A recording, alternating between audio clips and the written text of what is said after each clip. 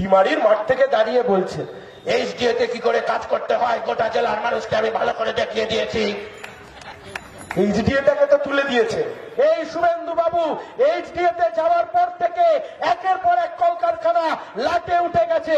উড়ান truck কারখানা, Rohit ফেরোটে, KSA oil, রেলের coach কারখানা, সফটওয়্যার টেকনোলজি, মিৎসুবিশি, এনআরকো, রুচি soya, modern India, city centre IT park, একের পর এক কলকারখানা শুভেন্দু অধিকারীর নেতৃত্বে এই তৃণমূলের আমলে হলদিয়া ছেড়ে পালিয়ে গেছে।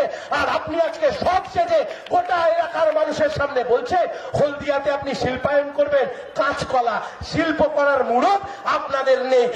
কত রাস্তা করেছি, জল দিয়েছি, লাইট পোস্ট করেছি, এইচডি এর কাজ ছিল না 2011 সাল অব্দি।